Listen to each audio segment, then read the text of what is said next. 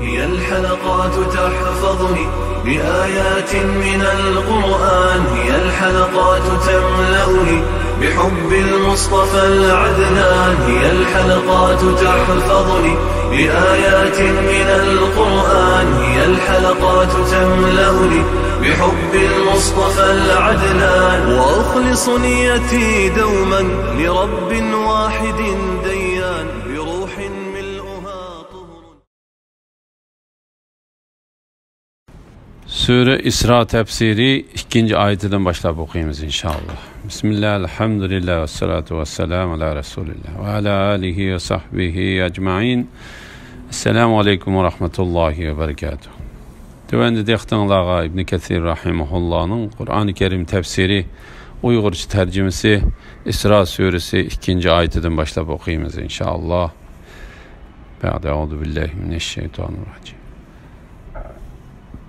Musaga kitapni, yani Tevratni ata kıldık. Kitapni İsrail avladıga yetek çıkıldık. Ulaga mendin gayrini hami, yani medetkar kılvalmanla dedik. Ulaga mendin gayrini hami, yani ilah kılvalmanla dedik. Biz Nuh bilen billi kemigi düşürgenlerinin avlatları. Ecdadınlarını garık bulup ketişten kutuzduq. Allah'ın nimetine şükür kılınla. Nuh hakikaten köp şükür kılgıcı bende idi. Musa aleyhisselam'ın kıssası ve onunla Tevrat'ın verilgenlik. Allah Teala yukarıda özünün bendisi Muhammed aleyhisselam'ını Mekke'den Aqsa mescidine ilip kelgenlikini bayan kılgan idi. Onun aksızlığa bendisi, peygamberi ve özü bivast sözlügen kişisi Musa aleyhisselam'ın kıssasını bayan kılışka başladı. Çünkü Allah Teala köplügen orunlarda Musa aleyhisselam bilen Muhammed aleyhisselam'ın kıssasını ve Tevrat bilen Kur'an'ın bayanını bir yerde keltirdi. Şuna Allah Teala Peygamber aleyhisselam'ını Mekke'den Aqsa mescidine ilip kelgen vakalikini bayan kılıp oğandın keyin mundaq dedi. Musa'ga kitapni, yani Tevratni ata kıldık. Kitapni İsrail avladığı yetek çıkıldık. Ulaga mendin gayrini hami, yani ilah kılıvalmanla dedik. Yani ulaga Tevratni şundak kılıp düşürgenlikimizni sebep, yani ulaga Tevratni şundak kılıp düşürüşimizdeki sebep ulağının mendin başkını İge, yardımcı ve ilah kılıp almaslık üçündür. Çünkü Allah Teala evetken barlıq peygamberlerge şirki yok, yalğız zat bolğan özüge ibadet kılış vazifesini tapşırdı. Biz Nuh bilen bille kemige düşürgenlerinin avlatları.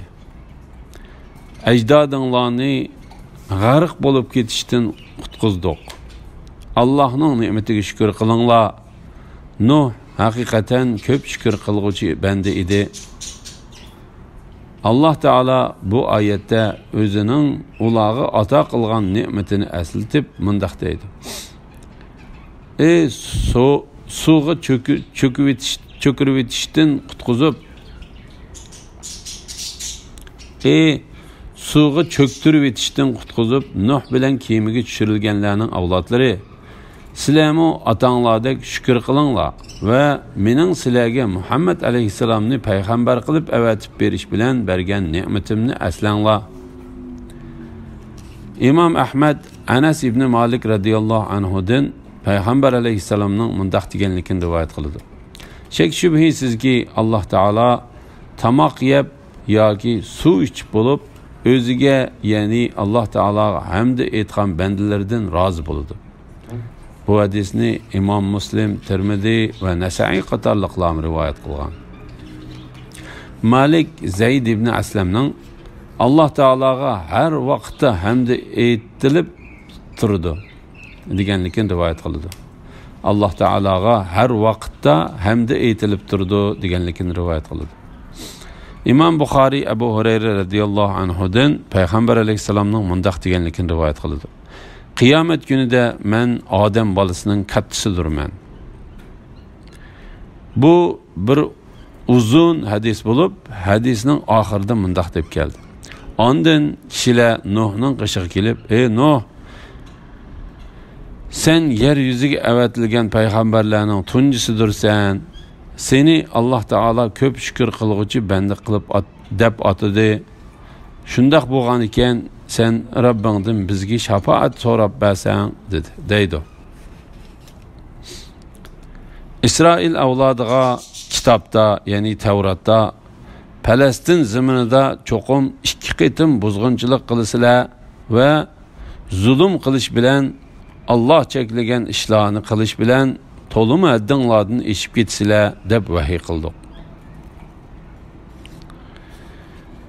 Birinchi qitimliq buzg'unchilikning jazosi va'da qilingan vaqt kelganda sizlarni jazolash uchun sizlarga kuchlik bandalarimizni avatdik. Ular sizlarni o'ltirish, bulang-talang qilish uchun o'ylarni aqtirdi. Sizlarga dushmanni musallab qilish cho'qim ishga oshadigan va'da edi. Ondan yana tavba qilganinglardan keyin sizlarning ulardan ustunlikinglarni asliga keltirdik. Yani düşmaninglarni halok qildik, sizlarni uning ustidan g'olib qildik. Sizlarga nurg'un mol va avlodlar ato qildik. Soninglarni ko'p qildik. Ey İsrail avlodi, agar yaxshilik qilsanglar, yaxshiliqinglar o'zinglar uchundir. Yomonlik qilsanglarmi o'zinglar uchundir.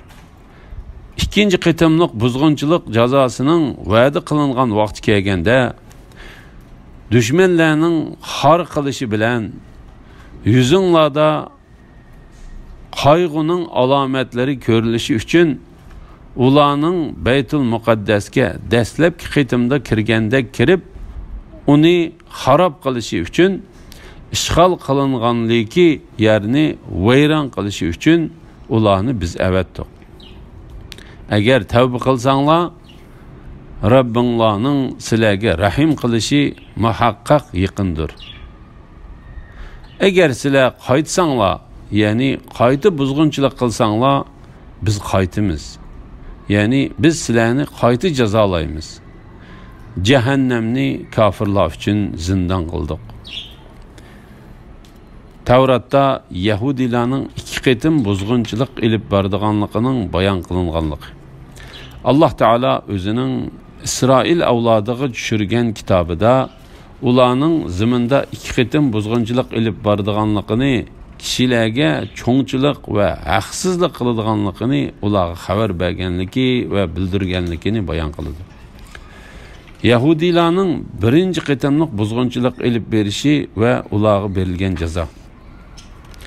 Birinchi qitimliq buzg'unchilikning jazosi va'da qilingan vaqt kelganda sizlarni jazolash uchun sizlarga kuchlik bandalarimizni avatdik.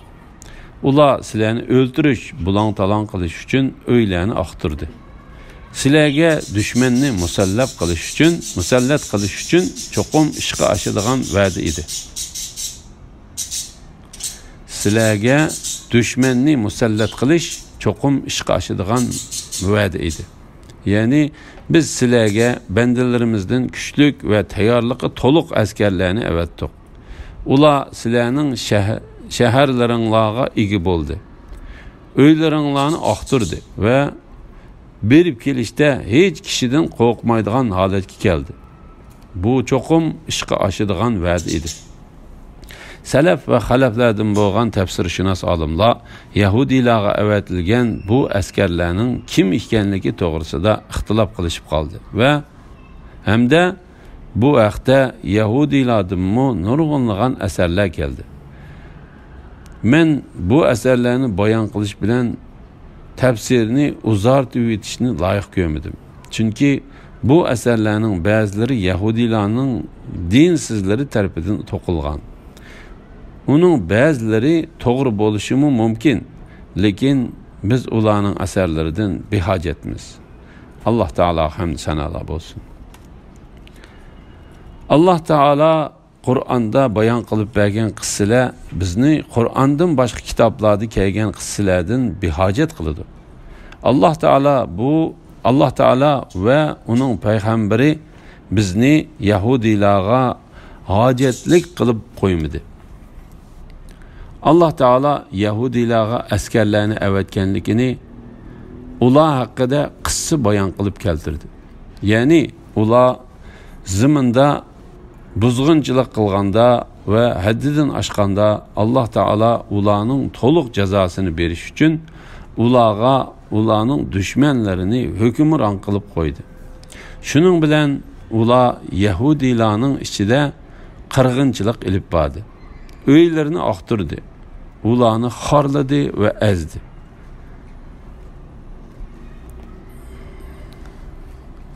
Rabb bandilarga zulm qilg'ichi emasdir.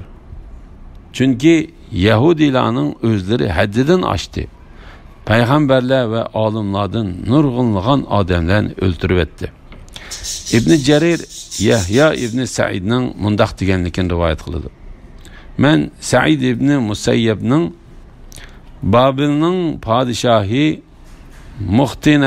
Muhtinassar Shamga kelib Aqsa masjidini vayron qildi va Yahudiylarni o'ldirdi. Ondan Damashqqa keldi. U Damashqqa Axlat chavarning ichidan bulduqlab chiqayotgan qonni ko'rib, u Damashqda Axlat chavarning ichidan bulduqlab chiqayotgan qonni ko'rib, Yahudiylardan bu nima qon deb so'radi. Yahudiylar biz bilmaymiz, ota bovullarimizdan tatib shundaq ekan deb javob berdi. Qachonki qonning ustiga axlat to'kilsa, to'kilgan axlatning ustida yana qon ko'rinib turadi. Buxtanassar shu qon uchun Yahudiylar va boshqalardan bo'lib 70 ming odamni o'ldirib etdi.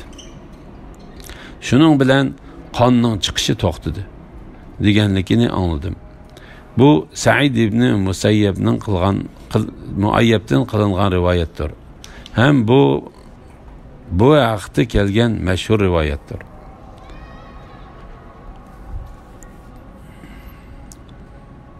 Muhtinassar Yahudiylarning hurmatliklarini va olimlarini o'ldirib etdi. Hatto Tavratni yada olgan biror kishi qolmadi. Ulardan nurg'unlagan odamlarni asir oldi. Asir elinganlarning ichida payg'ambarlarning bollarimi bor edi.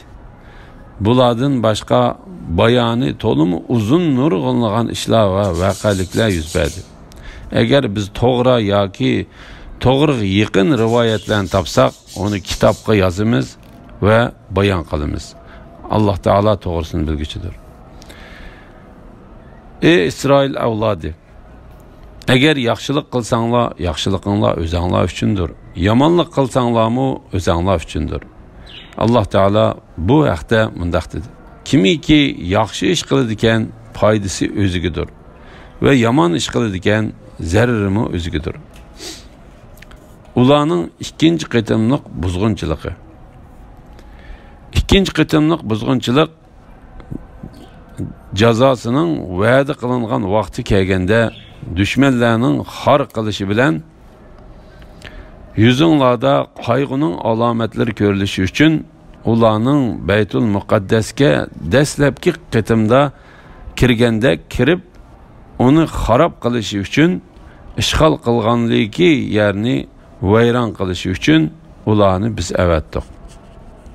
Ya'ni sizlar ikkinchi qitim buzg'unchilik qilganda sizlarni xorlash va izish uchun Aqsa masjidiga dastlabki qitimda kirganda kirish g'alaba qilish qo'lga olgan yerlarni vayron va xarob qilish uchun dushmaninglar keldi. Agar tavba qilsanglar, Rabbinglarning sizlarga rahim qilishi muhaqqaq yaqindir. Ya'ni agar sizlar tavba qilsanglar, Alloh taolo ularni sizlardan qaytarib yetadi. Eğer sizler qaytsanglar, yani qaytı buzg'unchilik qilsanglar, biz qaytimiz. Yani biz sizlarni qaytı jazolaymiz. Yani sizlar qachon buzg'unchilik qilishga qaytsanglar, bizmi sizlarni dunyoda jazolashga qaytimiz. Buningdan sirt biz sizlar uchun oxiratda azoblarni saqlab qo'yamiz. Shunga Alloh taolo mundaq dedi: Cehennemni kafirlar uchun zindon qildik. Qatada Bani İsrail buzg'unchilik qilishga qaytgan edi. Alloh taolo ularga Muhammad alayhissalom va uning sahobalarini hukmron qilib qo'ydi. Shuning bilan Yahudilar ularga bo'ysunib, har holda jizya to'ladi. Bu Qur'on haqiqatan eng to'g'ri yo'lga boshlaydi. Yaxshi ishlarni qiladigan mu'minlarga ularning cho'ng mukofotga erishadiganligi bilan xo'sh xabar berdi. Yana mu'minlarga xo'sh xabar berdi-ki, oxiratga ishonmaydiganlarga qattiq azob tayyorladik.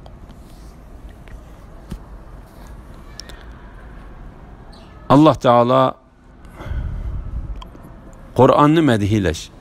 Alloh taolo payg'ambari Muhammad alayhissalomga tushirgan kitobni, Qur'onni madhilab mundaq dedi: Bu Qur'on haqiqatan eng to'g'ri yo'lga boshlaydi. Yaxshi ishlarni qiladigan mu'minlarga ularning qiyomat kuni cho'ng mukofotga erishadiganligi bilan xo'sh xabar berdi. Ya'ni mu'minlarga xo'sh xabar berdi-ki, oxiratga ishonmaydiganlarga qattiq azob tayyorladik. Ya'ni Qur'on oxiratga ishonmaydiganlarga ular uchun qiyomat kuni qattiq azob tayyorlaganligimizdan xo'sh xabar berdi. Alloh taolo bu vaqtda mundaq dedi: Ularga qattiq azob bilan xo'sh xabar bergan.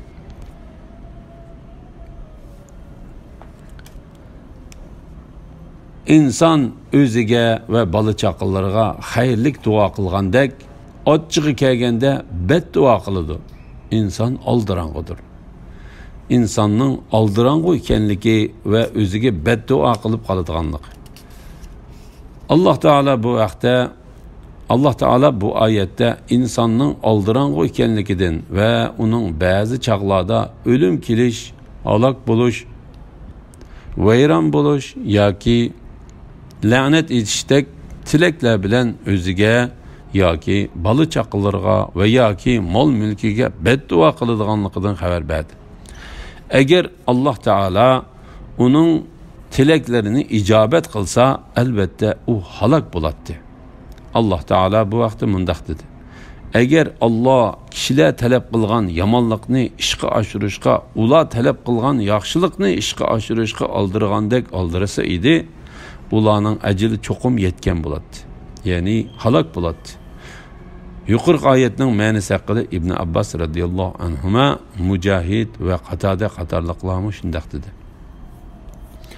Imom Muslim rivoyat qilgan hadisda mundaq keldi: Sizlar o'zlaringizga va mol mulklaringizga beddua qilmanglar.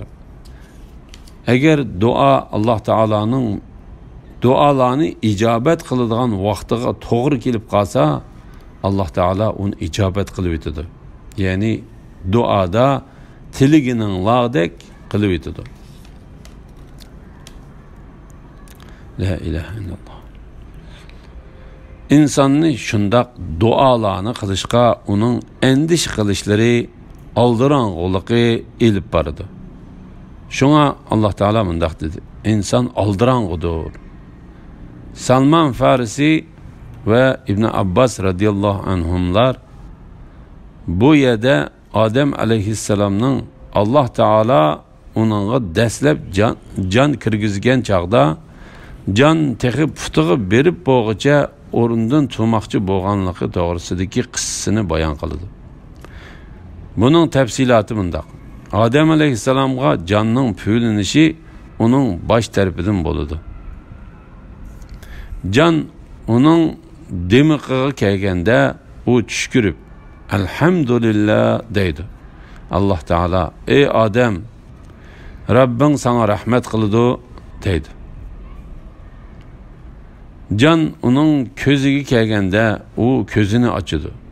Can onun a'zolarga ve tenlerge manganda u tenlerge qarashqa ve hayron qilishqa boshlab, can putig'i kelib bo'g'icha o'rnidan turmoqchi bo'ladi. O'rnidan turolmay, ey Rabbim, tezroq bo'lib kech kirishdan burun canni kirgizib bo'lsangchu deydi. Elhamdülillah, Allah şükürler olsun. Yukarıda İsra suresi tefsirinden 11. ayetkiçe anıldığında. Ahirini keyin qitimliq o'qishimiz davomlashtiramiz inşallah. Ve sallallahu ala Muhammed ve ala alihi ve sahbihi ecma'in. Esselamu aleyküm ve rahmetullahi ve berekatuhu.